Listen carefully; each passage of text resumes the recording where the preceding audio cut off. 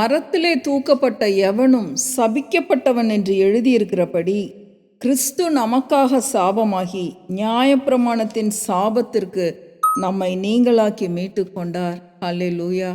கர்த்தர் நல்லவர். பிரியமானவர்களே, எல்லா சாபத்திற்கும் நீங்கள் நீங்களாக்கி மீட்கப்பட்டிருக்கிறீர்கள். அவர் மீட்பர். ஆதாம் ஏவாள் தொலைத்து போட்ட எல்லா ஆளுகை சாபங்கள் எல்லாவற்றையும் ஆண்டவராகிய இயேசு கிறிஸ்து மீட்டு எல்லா ஆசீர்வாதங்களும் நம்ம ஒவ்வொருத்தரும் பெற்று அனுபவிக்கும்படியாக அவர் கல்வாரி சிலுவைக்கு சென்று மரித்து அடக்கம் பண்ணப்பட்டு 3ஆம் நாள் உயிர்த்தெழுந்தார். இதுதான் சுவிசேஷம். பாருங்க, இதுதான் நற்செய்தி. இன்றைக்கு அநேகருக்கு பயம், சாபங்களை குறித்த பயம். பாருங்க, நான்லாம் ரொம்ப வருஷங்களாக கிட்டத்தட்ட என்னுடைய 38 வருஷங்கள், 38 சின்ன வயசுலேருந்து 38 வயசு வரைக்கும் இந்த உபாகமம் 28 15வது வசனத்திலிருந்து படித்ததே இல்லை. அந்த பக்கத்தை பார்க்கவும் கூட மாட்டோம். பாருங்கள், ஏன் அப்படின்னா அது ஃபுல்லாக சாபம் லிஸ்ட்டு. அதை பார்த்தாலே ஒரு பயம், ஐயோ இதெல்லாம் நம்மளுக்கு வந்துரும்னு. பிரியமானவர்களே, நீங்கள் அதை குறித்து பயப்பட வேண்டாம். அந்த உபாகமம் 28 15வது வசனத்திலிருந்து கடைசி 66 67 வசனங்கள் இருக்கு. அது முடிகிற வரைக்கும் இருக்கிற அத்தனை சாபங்களையும் ஆண்டவராகிய இயேசு கிறிஸ்து அவருடைய சரீரத்தில் ஏற்றுக்கொண்டு விட்டார். எல்லா சாபங்களும் அவர் மேலே போயிருச்சு. அவர் மேலே போயிட்டு நம்ம மேலே அவருடைய எல்லா ஆசீர்வாதங்களும் நம்ம மேலே வந்துருச்சு. அதுக்காக தான் அவர் கல்வாரி சிலுவைக்கு போனார். பாருங்க, இதுதான் சுவிசேஷம். இப்போ நான் வசனங்களின் மூலமாக உங்களுக்கு காட்ட போகிறேன். இந்த அக்டோபர் மாதத்தில் எல்லா சாபங்களும் உங்களை விட்டு போய் நீங்கள் ஆசீர்வாதங்களை அனுபவிக்க போகிறீங்க.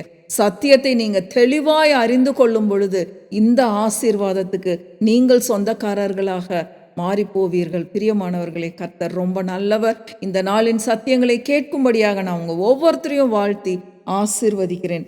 பாருங்கள், அந்த லிஸ்ட்டு சொன்னேன்ல, உபாகமம் 28 15லிருந்து அது நீங்கள் படிச்சுக்கோங்க. இனிமேலும் பயப்படாதீங்க.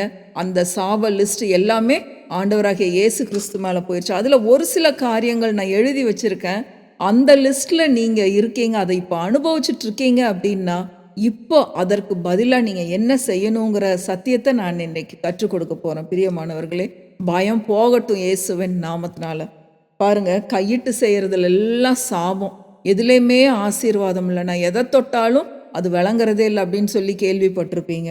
அப்போ கையிட்டு செய்கிறதுல எல்லாம் ஆசீர்வாதம் இல்லாமல் இருக்கிறது. அப்புறம் சஞ்சலம், எப்போ பார்த்தாலும் ஒரு கவலை, சஞ்சலம், காய்ச்சல், உஷ்ணம், இதெல்லாம் வசனத்திலிருந்து தான் எடுத்து எழுதியிருக்கேன். கொப்பளங்கள் வர்றது, வறட்சி, அப்புறம் ஒரு சிலர் சொறி சிறங்குனால கஷ்டப்படுறது, இதெல்லாம் சாப லிஸ்ட்டில் இருக்குது. அடுத்தது வழி வாய்க்காது, எந்த இதை செய்தாலும் அது வாய்க்காமல் போகிறது. அப்புறம் ஒரு சிலர் ஒடுக்கப்படுறது, ஸ்கூலில் ஆஃபீஸில் வேலை செய்கிற இடத்துல ஒடுக்கப்படுறது. அநேக குடும்பங்களில் கணவனால் பெண்கள் ஒடுக்கப்படுகிறார்கள். அவங்க நல்ல உத்தியோகத்தில் இருக்கிறாங்க, ஆனாலும் கணவன்மார்கள் இந்த மனைவிமார்களுடைய வேலையவோ அவங்களுடைய அந்தஸ்து அவங்களுடைய பதவிகளை மதிக்கிறதில்ல. அநேக பெண்கள் கஷ்டப்பட்டு கண்ணீர் விடுறதை பார்க்குறேன் நான். ஒடுக்கப்படுகிறார்கள். அடுத்தது பறி கொடுக்கறது, எதையுமே இழந்து போகிறது. அப்புறம் வீட்டை கட்டி அதில் குடியிருக்க முடியறதில்ல. அப்புறம் பிள்ளைகள் நம்ம கூட இருக்காமல் பிள்ளைகள் எங்கோ போய் அவங்க தனியாக வாழ்ந்து கொண்டிருக்கிறது, பெற்றோரை வந்து கவனிக்கிறதில்ல. அப்புறம் கடன், எல்லாருமே கஷ்டப்படுற கடன். அப்புறம் நிலத்தின் கனியை புசிக்க முடியாமல் இருக்கிறது. செடியை வைப்பீங்க, அதில் வர்ற கனிகளில் பூச்சி வர்றது. தோட்டம் துறவு வச்சுருந்தீங்க அப்படின்னா அதில் வர்ற ஆசீர்வாதங்களை அனுபவிக்க முடியாமல் இருக்கிறது. இந்த மாதிரி ஒரு சில காரியங்கள், இதெல்லாம் வசனங்கள்லேருந்து எடுத்து எழுதி வச்சது தான். ஸோ இந்த காரியங்கள் ஏதாவது நீங்கள் இந்த நாட்களில் அனுபவித்து கொண்டு இருப்பீர்கள் என்றால், பிரியமானவர்களே, இன்றைக்கு கலங்காதீங்க, பயப்படாதீங்க. இத்தனை சாபங்களையும் நம் ஆண்டவராகிய இயேசு கிறிஸ்து அவருடைய சரீரத்தின் மீது எடுத்து போட்டு கொண்டார். பாருங்க, பவுலுக்கு ஆண்டவர் சுவிசேஷத்தை இயேசு ஆண்டவர் இந்த சவுலா இருக்கும்போது சந்தித்த வெகு சில நாட்களுக்குள்ளாக சுவிசேஷத்தை கற்றுக் கொடுத்தார். பாருங்க, 1 கொரிந்தியர் 15வது அதிகாரம் எவ்வளோ அருமையான ஆண்டவர்னு பாருங்க. புறஜாதிகளுக்கு சுவிசேஷத்தை பிரசங்கிக்கும்படியாக கர்த்தர் பவுலை ரெடி பண்ணாரு. சுவிசேஷம்னா என்னன்றத பவுலுக்கு ஆண்டவர் சொல்லி கொடுத்தார். பாருங்க, 1 கொரிந்தியர் 15வது அதிகாரம் இன்றைக்கு நம்ம சுவிசேஷம்னா என்னன்னு தெரியாமல் இருக்கவங்களுக்கு 1 கொரிந்தியர் 15 3வது 4வது வசனம் பாருங்க. நான் அடைந்ததும் உங்களுக்கு பிரதானமாக ஒப்புவித்ததும் என்னவென்றால், கிறிஸ்துவானவர் வேத வாக்கியங்களின்படி நமது பாவங்களுக்காக அடக்கம் பண்ணப்பட்டு வேத வாக்கியங்களின்படி 3ஆம் நாளில் உயிர்த்தெழுந்தார். அப்போ சுவிசேஷம்னா என்ன? நம்ம ஆண்டவராகிய இயேசு கிறிஸ்து நம்மளுடைய பாவங்கள் அக்கிரமங்களுக்காக மரித்து அடக்கம் பண்ணப்பட்டு 3ஆம் நாள் உயிர்த்தெழுந்தார். இதுதான் சுவிசேஷம் அப்படிங்கிறத ஆண்டவர் பவுலுக்கு ஏசு ஆண்டவர் நேராக போய் கற்றுக் கொடுக்குறாரு பாருங்க. கற்றுக் கொடுத்துட்டாரு. அடுத்தது இந்த சுவிசேஷத்தினால நம்மளுக்கு என்ன பிரயோஜனம் அப்படிங்கிறது தான் இன்றைக்கு படிக்க போகிறோம். எப்படி சாபங்கள் எல்லாம் தொலைந்து போனது. ஒரு மனிதனோ ஒரு மனுஷியோ யாராக இருந்தாலும் சரி, ஒரு வாலிபனோ ஒரு சிறு பிள்ளையோ இந்த சுவிசேஷத்தை அறிந்து கொள்ளும் பொழுது எல்லா சாபங்களுக்கும் நாம் நீங்களாக்கி மீட்கப்பட்டிருக்கிறோம். வெறும் பாவ மன்னிப்பு மட்டும் இல்லை, நல்லா நம்ம தெரிஞ்சுக்கணும். வெறும் நம்மளுடைய பாவங்களுக்காக மாத்திரம் ஆண்டவர் சிலுவையில் மரிக்கலை. எல்லா ஆசீர்வாதங்களையும் ஆதாம் இழந்து போட்ட எல்லா விதமான சாபங்களையும் அந்த ஆளுகையை மீட்டு நம்மளுக்கு கொடுக்கும்படியாக ஆண்டவராகிய இயேசு கிறிஸ்து கல்வாரி சிலுவைக்கு போனார் பாருங்க. ஆபிரகாமுக்கு உண்டான அவ்வளவு ஆசீர்வாதங்களும் நாம் பெற்றுக்கொள்ளும்படியாக இயேசு கல்வாரி சிலுவைக்கு போனார் பாருங்க. வசனத்தின் மூலம் காட்ட போறேன். கலாத்தியர் 1வது அதிகாரம் 12-13 பவுல் ரொம்ப தெளிவா சொல்லி கொடுக்கிறார். அநேக நிரூபங்களை பவுல் எழுதி இருக்கிறாரு பாருங்க. நிறைய புதிய ஏற்பாட்டில் நிறைய எழுதி இருக்கிறது பரிசுத்த பவுல் பாருங்க. கலாத்தியர் 1 அதிகாரம் 12-13வது வசனம் பவுல் சொல்றாரு, நான் அதை ஒரு மனுஷனால் பெற்றதும் இல்லை, மனுஷனால் கற்றதும் இல்லை. இப்போ சொல்ல போற காரியங்கள் எல்லாம், இந்த சுவிசேஷம் எல்லாம் நான் ஒரு மனுஷங்கிட்ட இருந்து நான் கத்துக்கல, இயேசு கிறிஸ்துவே அதை எனக்கு வெளிப்படுத்தினார். அல்லேலூயா. பிரியமானவர்களே, நான் நினச்சிக்கிட்டேன், நான் எவ்வளோ பாக்கியவான், இப்படிப்பட்ட சத்தியங்களை அறிந்து கொள்ளும்படியாக கர்த்தர் எனக்கு கொடுத்த கிருபைக்காக நான் நிச்சயமாய் ஆண்டவருக்கு நன்றி சொல்கிறேன்.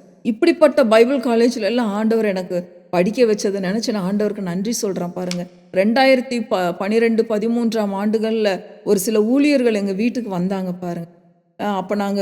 அப்போ தான் ஊழியத்தை தொடங்குகிறோம். அப்போ வீட்டில் வந்து இந்த பைபிள் காலேஜில் படிங்க, நீங்கள் கண்டிப்பாக படிச்சாகணும், இந்த பைபிள் காலேஜ் சென்னையில் இருக்குது அப்படின்னு சொல்லிட்டு இருந்தாங்க. இன்றைக்கு 2024வது வருடம். பிரியமானவர்களே, கர்த்தருடைய நாமம் மகிமைக்காக சொல்கிறேன். அன்னைக்கெல்லாம் நான் நினச்சேன், நான் எப்படி நீங்கள் போய் சென்னையில் போய் தங்கி இருந்து 2 வருஷம் இதை படிங்க, உங்கள் வாழ்க்கை எங்கேயோ போயிடும் அப்படின்னு சொன்னாங்க. எனக்கு அப்போ சாத்தியம் இல்லை. என் பிள்ளைங்கள்லாம் ஸ்கூலில் படிச்சுட்ருக்குறாங்க. நான் எப்படி சென்னையில் போய் படிப்பேன்? எவ்வளோ ஃபீஸை கட்டுவேன்? இது எப்படி சாத்தியமாகும்? இன்னொரு வீடு எடுக்கணும், நான் வாடகை கொடுக்கணும், இதெல்லாம் எப்படின்னு நான் அப்படியே விட்டுட்டேன் பாருங்கள். ஆனால் அவருடைய செய்திகள் எல்லாம் கேட்பேன், மெசேஜஸ் ப்ரிப்பேர் பண்ணுவேன், எல்லாம் பண்ணிட்டு இருந்தேன். ஆனால் எனக்கு படிக்கிற அந்த ஸ்லாக்கியம் கிடைக்கல. ஆனால் இந்த வருஷங்களில், இந்த 2023ஆம் ஆண்டில் பிரியமானவர்களே, கர்த்தர் எவ்வளோ நல்லவன் பாருங்க. இருதயத்தின் வாஞ்சைகள் விருப்பங்களை அறிந்த கர்த்தர் என்ன பண்ணிட்டாரு? எல்லாத்தையும் ஆன்லைனில் கொண்டு வந்துட்டார். ஆன்லைனில் கொண்டு வந்ததுனால இன்னும் இப்போ ரீசன்ட் டேஸில் இருக்கிற எல்லா காரியங்களையும் கற்றுக்கொள்ளும்படியான கிருபை அதே பைபிள் காலேஜில் இன்னும் அட்வான்ஸ்டாக படிக்கும்படியாக கர்த்தர் கிருபை கொடுத்தார் பாருங்க. எல்லாத்தையும் புரியும்படியான ஞானத்தை கர்த்தர் கொடுத்திருக்கிறார். கர்த்தர் நல்லவர். பிரியமானவர்களை, வசனங்களை விளக்கி காட்டும்படியான கிருபை கொடுத்திருக்கிறார். இதெல்லாம் என்னால் முடியவே முடியாது. எனக்கு அப்படிப்பட்ட ஞானமெல்லாம் கிடையாது. தேவன் உலகத்தில் பைத்தியமானவைகளையும் பேதைகளையும் தெரிந்து கொண்டாருங்கிறதுக்கு உதாரணம் உண்மையிலேயே நான் தான். பிரியமானவர்களே, அவருடைய நாமம் மகிமைப்படட்டும். பாருங்க 13வது வசனம், நான் யூத மார்க்கத்தில் இருந்த கலாத்தியர் 1:13 நான் யூத மார்க்கத்தில் இருந்த போது என்னுடைய நடக்கையை குறித்து கேள்விப்பட்டிருப்பீர்கள். தேவனுடைய சபையை நான் மிகவும் துன்பப்படுத்தி அதை பாழாக்கி, பவுல் தன்னுடைய சாட்சியை சொல்றாரு பாருங்க. அப்போ நான் எந்த மனுஷங்கிட்ட இருந்தும் நான் கற்றுக்கொள்ளவே இல்லை. பேதுருவும் கூட பவுலுக்கு சொல்லி கொடுக்கல. இவங்க 2 பேரும் மீட் பண்ணிக்கவும் இல்லை. இயேசு கிறிஸ்துவே இந்த சுவிசேஷங்களை பவுலுக்கு விளக்கி காட்டினார். அது மட்டும் இல்லை, எப்படி இந்த சாபம் எல்லாம் நீங்குதுன்னு 3வது அதிகாரம் 13வது வசனம் பாருங்க. 3:13 சாபம் நீங்கிறது மட்டும் இல்லை, ஆபிரகாமுக்கு உண்டான ஆசீர்வாதங்கள் எப்படி நமக்கு சொந்தமாகுதுங்கிறதுக்கும் பதில் அங்கே போடப்பட்டிருக்கு. மரத்திலே தூக்கப்பட்ட எவனும் சபிக்கப்பட்டவன் என்று எழுதியிருக்கிறபடி கிறிஸ்து நமக்காக சாபமாகி, நமக்காகன்ற இடத்துல நம்ம பேர் அவங்கவுங்க பேரை போட்டு வச்சுக்கோங்க. கிறிஸ்து எனக்காக சாபமாகி நியாயப்பிரமாணத்தின் சாபத்திற்கு நம்மை நீங்களாக்கி மீட்டு கொண்டார். இப்போ நான் ஒரு சாப லிஸ்ட் சொன்னனே, உபாகமம் 28:15 வசனத்திலிருந்து 67 68 வசனம் வரைக்கும், அந்த லிஸ்ட்ல இருக்கிற எல்லா அதுதான் நியாயப்பிரமாணத்தின் சாபங்கள். எல்லா நியாயப்பிரமாணத்தின் சாபங்களுக்கும், எல்லா காய்ச்சல், கொப்பளம், உங்க நிலத்தின் கனியை புசிக்க முடியாம இருக்கிறது, வீடு கட்டி அதுல குடியிருக்க முடியாம இருக்கிறது, ஒடுக்குதல்கள், இன்னும் மூலவியாதி, என்னென்னமோ வியாதி பலவீனங்கள், எல்லாவற்றிற்கும் அவர் உங்களை நீங்களாக்கி மீட்டு கொண்டிருக்கிறார். எப்படி எப்படி சிலுவையில மரித்ததின் மூலமாக. மரத்துல தூக்கி போட்டாலே அந்த சிலுவை மரணம்னா ஒரு சபிக்கப்பட்ட மரணம். அவ்வளவு ஒரு மோசமான கேவலமான மரணம். அந்த கேவலமான மரணத்தை நம் ஆண்டவராகிய இயேசு கிறிஸ்து நமக்காக, உங்களுக்காக, எனக்காக எல்லா சாபங்களையும் அவர் தன்னுடைய சரீரத்தின் மீது போட்டுக்கொண்டு, அவர் எல்லா சாபங்களும் அவர் மேல போயிருச்சு. நியாயப்பிரமாணத்தின் சாபங்கள் எல்லாம் இயேசு கிறிஸ்து மேல போயிருச்சு. இயேசு கிறிஸ்து மேல இருந்த எல்லா ஆசீர்வாதங்கள் என்னன்னு கலாத்தியர் 3:14 பாருங்க. ஆபிரகாமுக்கு உண்டான ஆசீர்வாதம் கிறிஸ்து இயேசுவினால் புறஜாதிகளுக்கு வரும்படியாகவும், ஆவியை குறித்து சொல்லப்பட்ட வாக்கு தத்தத்தை நாம் விசுவாசத்தினாலே பெரும்படியாகவும் இப்படி ஆயிற்று. எதனால ஆண்டவராகிய இயேசு கிறிஸ்து சிலுவைக்கு போய் மரித்தாராம்? ஆபிரகாமுக்கு உண்டான ஆசீர்வாதம், பூமி தாங்க முடியாத ஆசீர்வாதம், பிள்ளைகளை பெற்றுக்கொள்றது, சந்ததி சந்ததியாக. இன்றைக்கும் நாம் ஆபிரகாமை குறித்து வாசிக்கிறோம். வெறும் எல்லாம் கேவலமா பேசுறபடி இந்த கும்பல் எல்லாம் ஆசீர்வாதம்னு பேசுறாங்கன்னு. அந்த ஆசீர்வாதத்துக்குள்ள போய் பார்த்தாதான் ஒரு பெரிய பேக்கேஜ்.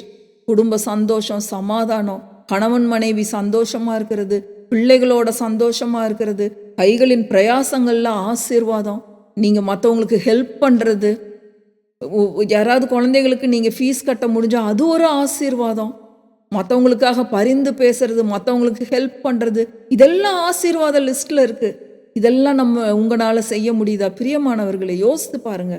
நம்ம சத்தியத்தை, சுவிசேஷத்தை தெளிவாய் விளங்கி கொள்ள வேண்டும். இப்படிப்பட்ட சுவிசேஷங்கள், இப்படிப்பட்ட ஆசீர்வாதங்களை நீங்க ஒவ்வொருத்தரும் அனுபவிக்கணும்னு தான் ஆண்டவர் இந்த மாத துவக்கத்திலேயே இந்த வார்த்தைகளை உங்களை நோக்கி அனுப்பி இருக்கிறார். பிரியமானவர்களே, இந்த நான் சொன்ன வசனங்கள் எல்லாம் இன்றைக்கு எடுத்து படிங்க.